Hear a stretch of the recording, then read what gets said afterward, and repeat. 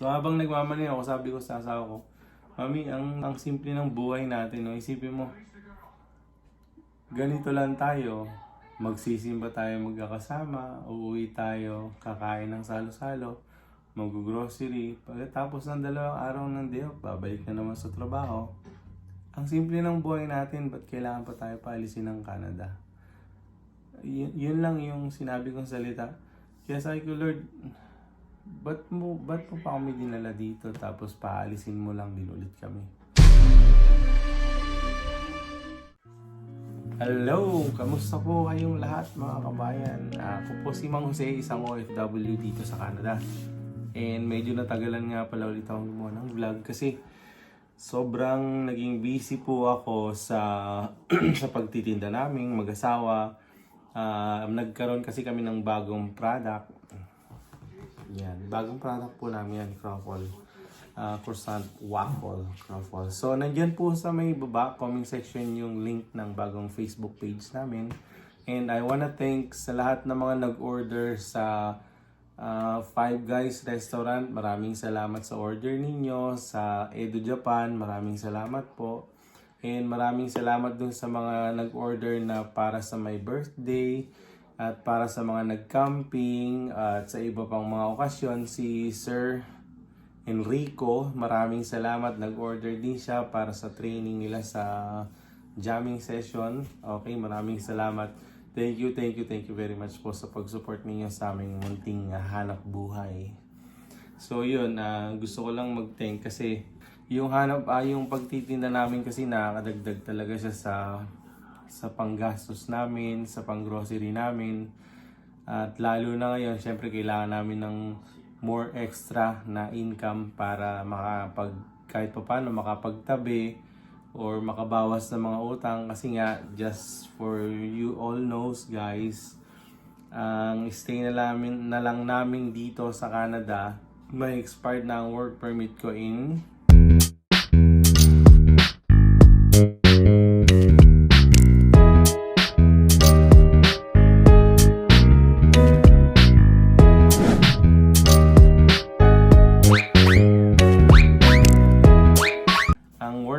ko nga pala is hanggang April 19, 2025. So next year na lang.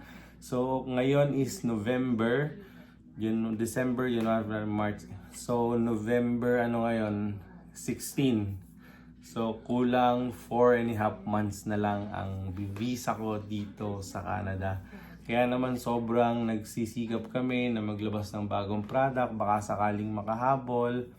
Baka sakaling mas marami kami makuhang order at makaipon ng konti kahit papano. So yun, nagbaka sakali pa rin pala kami kaninang maga kasi yung misis ko is nakatanggap siya ng tawag for an interview sa Krispy Kreme dito lang sa Edmonton. And I found out na talagang marami pa rin pala ang walang trabaho dito sa Edmonton. Kaya naman ang taas ng unemployment rate. Kasi sipin nyo, kahit na dumating na kami doon ng eksaktong 9, tapos naka-line up pa siya for interview. Every person na nasa loob may 15 minutes.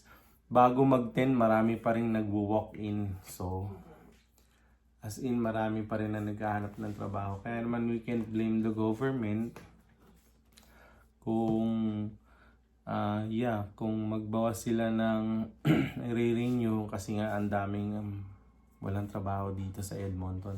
Hindi ko na alam kung ilang percent ng unemployment rate ngayon eh. Siguro nasa 8% plus. Hindi ko pa sure. And yun, nagbaka sakali rin ako mag-apply sa yung mga nag-shoutout sa akin, ay mga nagko-comment diyan sa YouTube ko na tungkol sa Nova Scotia, sa Saskatchewan, sa Prince Edward. May mga natanggap na akong call, may na-receive na akong mga SMS na hinahanap talaga kasi nila is yung naka PGWP or naka open work permit. And kasi yung iba kasi nag-worries na pag nag-apply sila baka hindi mabigyan ng LMIA. Pero let's see, nagtatry pa rin naman ako. But most of the call na natatanggap ko talaga is asking if are you on a PGWP or are you able to work without the sponsorship or naka-open work permit ka ba? Kasi nag-focus lang ako ngayon sa pag-apply talaga sa Tim Hortons. Yun kasi yung parang yun yung ano ko parang mas gusto ko pa rin sa Tim Hortons talaga. Pero syempre kung may opportunity naman sa iba na mas makakapagbigay ng LMIA, why not? Yun ang tatanggapin ko pa rin. Sa totoo lang, ayoko kasing umalis kay boss kasi mabait si boss. Siya yung tumulong sa akin na kumuha sa pamilya ko. Kaya hindi kasi ako confident or hindi ako kampante na aalis. Kung may choice lang talaga sana or kung may option na para mag-stay, hindi ako aalis eh. Kung alam niyo lang kung gaano kabait yung employer ko. Kaya lang, sabi nga niya, it's not in our decision na kung hindi makapag-renew, pero i-renew kami. Sinabi niya na talaga na kung sa renewal, marirenew. It's all on the government now. So yun yung masakit. Kasi nakasama ko si boss sa BC. Doon ako tumira sa kanya nung 6 months na nag-support ako sa BC sa operation kasi nga summer dun eh, BC, kaya kailangan nila ng extra manpower. Nga pala yung boses ko ganito kasi hindi pa ako fully recovered sa ubo. So yun, back to the topic. Yung tungkol nga pala dun sa paghanap ng trabaho, nahanap ko talaga is for now Tim Hortons. Pero syempre, galing ako sa Starbucks, galing ako sa Black Top, galing ako sa Shake Shack, galing ako sa Caribou Coffee, galing ako sa Fusion Paris, and galing din ako sa Rub Restaurant. Kaya lang wala man akong nakikita sa Rub Restaurant dito eh.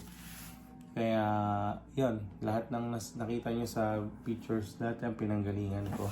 Nung last time nga pala, kwento ko lang, nagkaroon ako ng konting hope kasi yung kasamahan namin sa British Columbia, nagkaroon sila ng chance na ma-extend ng 6 months. So, yung work permit nila na-extend pa ng 6 months. So, kung, for example, yung work permit ko will be expired on April 2025 plus 6 months is May, June, July, August, September, October. May extend pa ako na October para magtrabaho.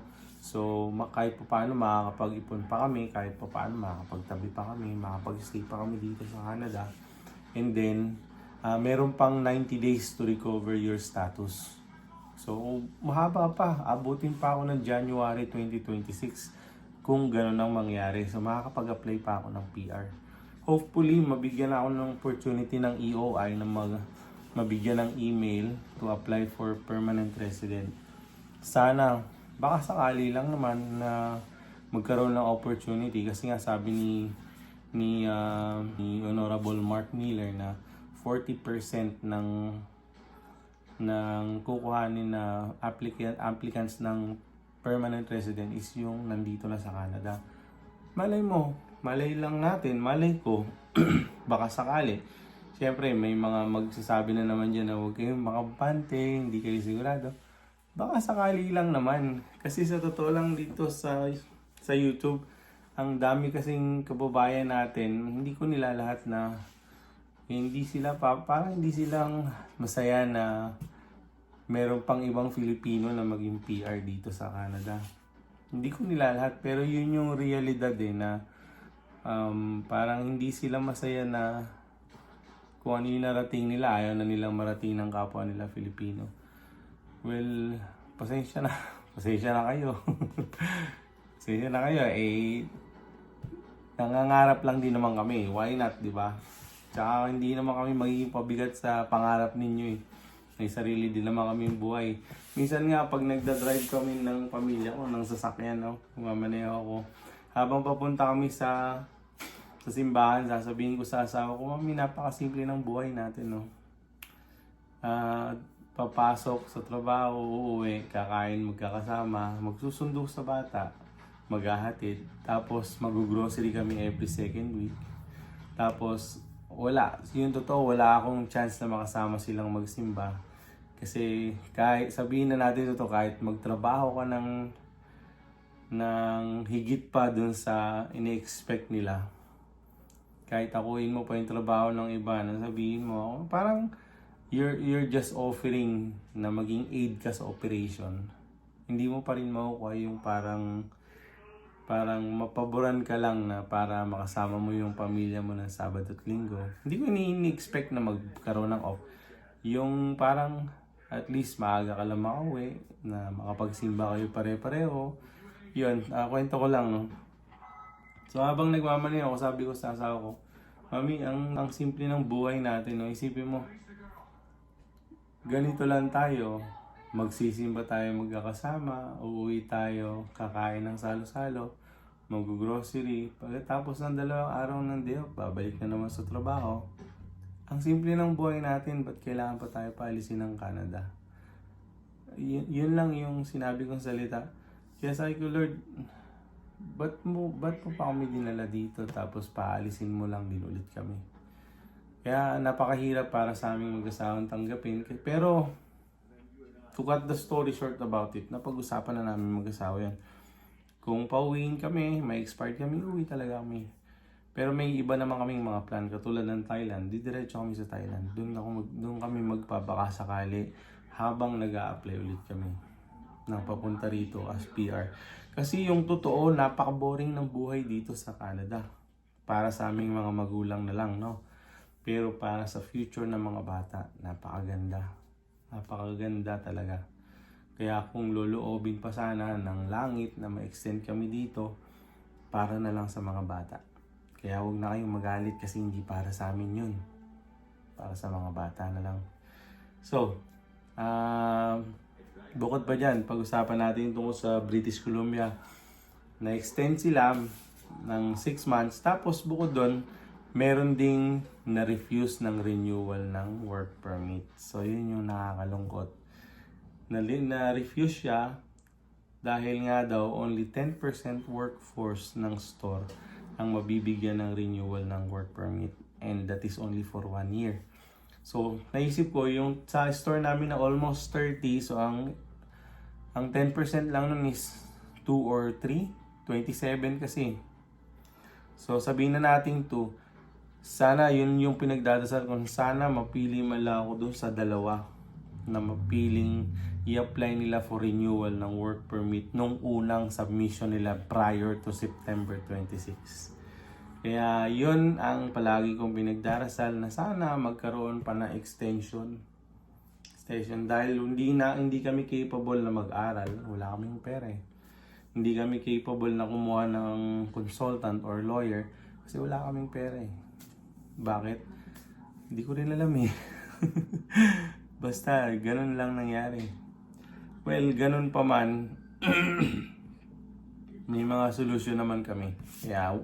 So, for now, hanggang dito na lang muna kasi tumatawag na yung asawa ko. Susunduin ko na siya. At ang time now is 12:27. So, sa lahat namang hindi pa nag-subscribe, please subscribe. Maraming salamat po. And paki-share na rin, paki-like. At maraming salamat po. Mabuhay kayong lahat.